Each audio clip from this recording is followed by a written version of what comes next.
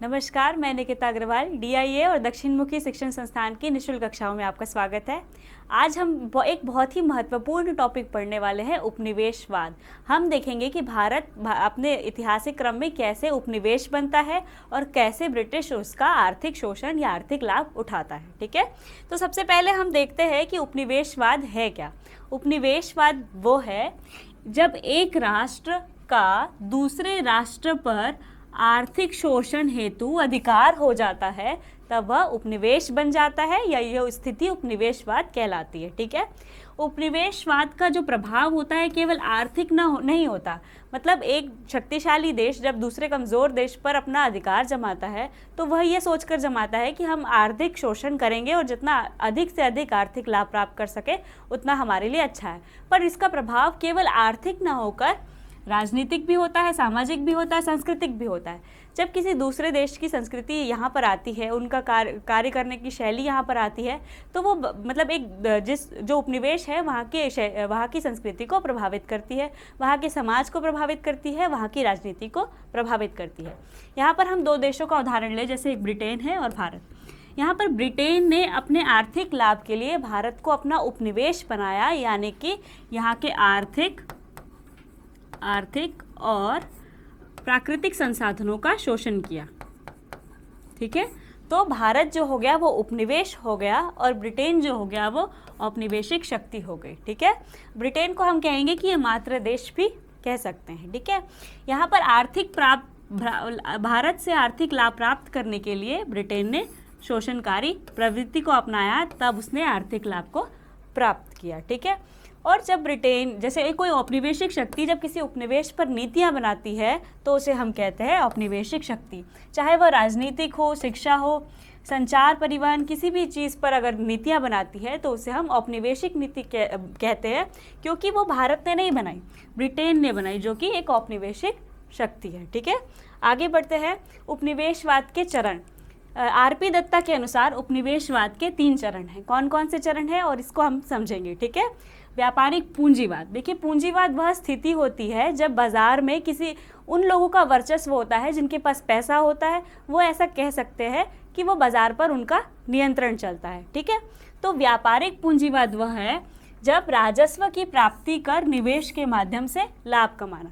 मान लीजिए मैं भारत में अगर व्यापार करना चाहती हूँ और मुझे भारत में राजस्व मिल रहा है। अगर मैंने यहाँ पर खेती किसानी कुछ अपनी संपत्ति बना ली और मुझे उससे राजस्व मिल रहा है, तो मैं उसी राजस्व की प्राप्ति करके वहीं पर निवेश करूँगी। तो ये हो जाएगा व्यापारिक पूंजीवाद। ठीक है, इसका उद्देश्य क्या था? व्यापारिक पूंजीवाद का उद्देश्य था कि भारत के व्यापार पर ब्रिटिश साम्राज्य को एकाधिकार करना था। वो भारत के व्यापार को अपने हिसाब से अपनी नीतियों के अनुसार चलाना चाहते थे। ठीक है, और राजनीतिक प्रभाव स्थापित कर राजस्व की प्राप्ति करना चाहते थे।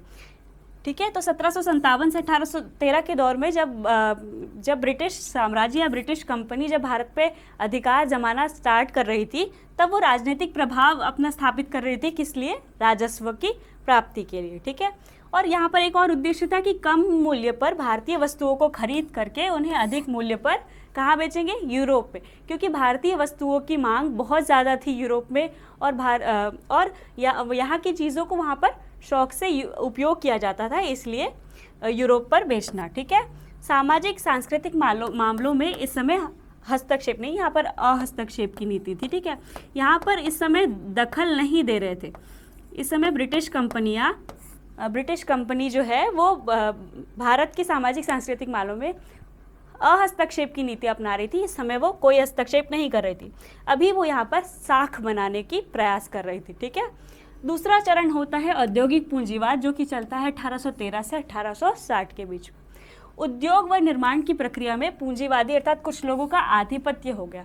जैसे ब्रिटिश कंपनी जब भारत पर व्यापार कर रही थी, राजस्व ले रही थी, तब क्या हुआ? उद्योग और निर्माण की मैन्युफैक्चरिंग प्रोसेस में किसका आधिपत्य हो गया? कुछ पूंजीवादी लोग, मतलब जिनके पास पैसा था, जो बाजार को कंट्रोल कर सकते थे। ठीक है, इंग्लैंड में औद्योगिक क्रांति के कारण बड़े पैमाने पर उद्योग की स्थापना से माल प्राप्ति एवं निर्मित वस्तुओं की बिक्री के लिए बड़े बाजार की आवश्यकता थी।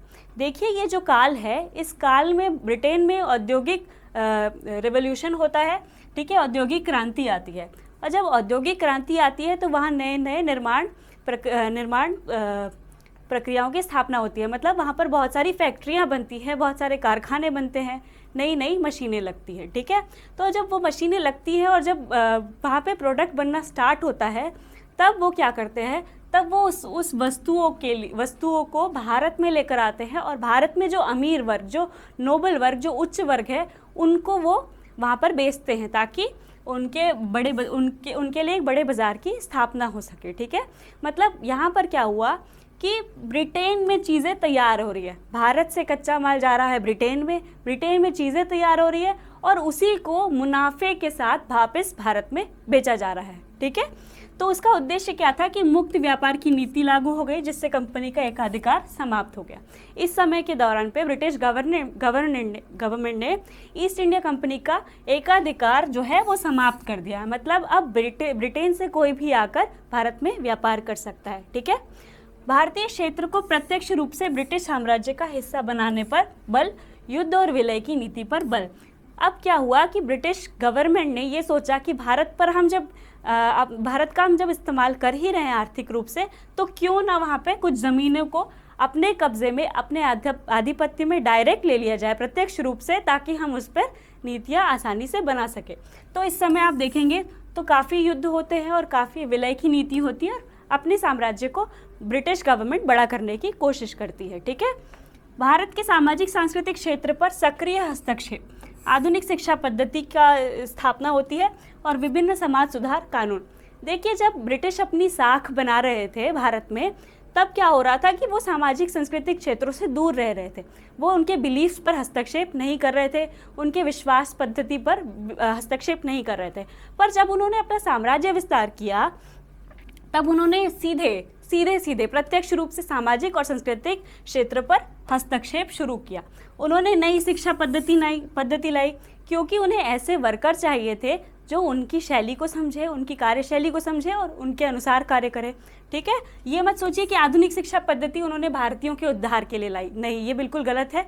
आधुनिक शिक्षा पद्धति का मूल कारण, जो बेसिक रीज़न है, वो ये है क्योंकि उनको अपने जैसे काम करने वाले, अपनी कार्यशैली के लोग चाहिए थे, इसीलिए उन्होंने भारत में आधुनिक शिक्षा पद्धति को प्रसारित किया, ठीक है।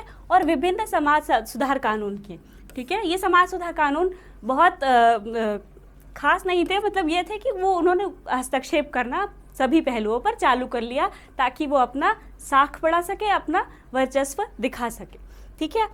तीसरा और अंतिम चरण है वित्तीय पूंजीवाद का, जो कि चालू होता है 1860 के बाद से, ठीक है। अब हम समझेंगे कि वित्तीय पूंजीवाद क्या है। व्यापारिक पूंजीवाद देखा हमने, जहाँ पर व्यापार पर पूंजीवादी लोगों का एकाधिकार होता है, राजस्व के माध्यम से निवेश होता है। औद्योगिक पूंजीवाद देखा, जिसमें हमने ब्रिटेन से आई हुई वस्तुओं को भारत में बेचा जाता है मुनाफे पे। अब वित्तीय पूंजीवाद देखेंगे। वित्तीय पूंजीवाद क्या है? देखिए, भारत में किसी भी सिविलाइजेशन में, सभ्यता में सबसे पहले प्राथमिक क्षेत्र जो है वो विकसित होता है, फिर द्वितीय क्षेत्र विकसित होता है, फिर तृतीय क्षेत्र यानी कि सर्विस सेक्टर विकसित होता है, ठीक है। तो भारत में ब्रिटिश जब आए, तब उन्होंने खेती के जरिए अपना व्यापार शुरू किया। जब उन्होंने खेती को अपना व्यापार का मुख्य कारण बनाया, तब उन्होंने खेती में यानी कृषि में विकास करने का प्रयास किया, ठीक है। और क्या हुआ, जब उन्होंने इस पर विकास कर लिया, तब वो जो कच्चा माल है वो कहाँ बेचने लगे? वो ब्रिटेन में बेचने लगे। तो भारत में जो है वो उद्योगों का निर्माण नहीं हो पाता है, ठीक है। भारत में उद्योगों का निर्माण नहीं होता है क्योंकि इस समय ब्रिटेन में जो है औद्योगिक क्रांति आती है, तो वहाँ पे सारी मशीनें बन रही है, तो यहाँ के रॉ मटेरियल जा रहे हैं सीधे ब्रिटेन में, ठीक है।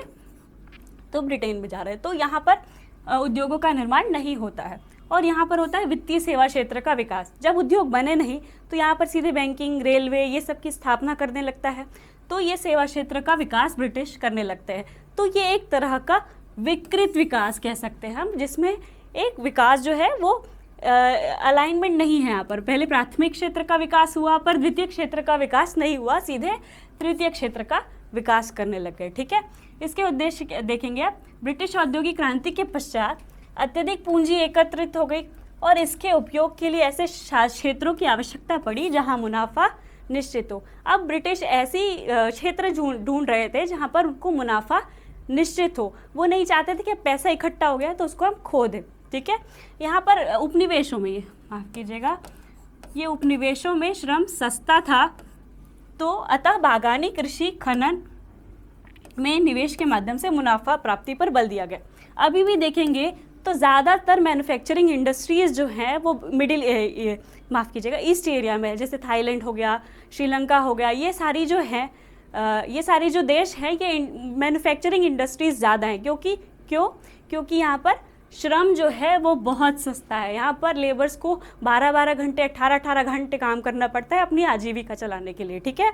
तो जितनी भी बड़ी कंपनियाँ हैं जो कि यूरोप में बेस्ड है वो अपना सामान बनवाती है कहाँ से, ईस्टर्न कंट्रीज से, जैसे श्रीलंका, थाईलैंड, इन सब कंट्रीज़ में अपना सामान बनवाती है। क्यों? क्योंकि यहाँ पर श्रम सस्ता है, ठीक है। तो उपनिवेशों में श्रम सस्ता था, जैसे कि भारत हो गया, ठीक है। अतः बागानी कृषि खनन व निवेश के माध्यम से मुनाफा प्राप्ति पर बल दिया गया, ठीक है। अभी तक जो ज़मीन पर था उस पर भी उस पर उन्होंने आर्थिक लाभ कमाया, अब वो खनन मतलब प्राकृतिक संसाधनों में भी लाभ कमाने के पीछे पड़ गए, ठीक है। और इन्हीं सब चीज़ों के लिए उन्हें ज़रूरत पड़ी रेलवे की, बैंकिंग की और जहाज़रानी की। मतलब अब वो यहाँ पर से मुनाफा कमा रहे हैं, चीज़ें कमा रहे हैं, तो उनको क्या चाहिए, अब ट्रांसपोर्टेशन चाहिए। तो रेलवे, बैंकिंग ताकि लेन देन आसान हो जाए, जहाज़रानी उद्योग ताकि वो नावों में बड़े बड़े सामानों को भरकर यूरोप ले जा सके। तो बागानी कृषि ऐसे क्षेत्रों में निवेश कर लाभ कमाने का फैसला किया, ठीक है। तो इस तरह से हम देखेंगे उपनिवेशवाद के 3 चरण हमने देखे। हमने देखा कि पहले कैसे वो व्यापारिक पूंजीवाद में आते हैं, फिर देखा हमने कि औद्योगिक पूंजीवाद किस तरह से उन्होंने यूज़ किया, फिर हमने देखा कि वित्तीय पूंजीवाद कैसे हम भारत के शोषण के लिए यूज़ किया, ठीक है। तो आशा करते हैं आपको ये आज की क्लास बहुत अच्छी लगी होगी। हमसे जुड़े रहिए। धन्यवाद।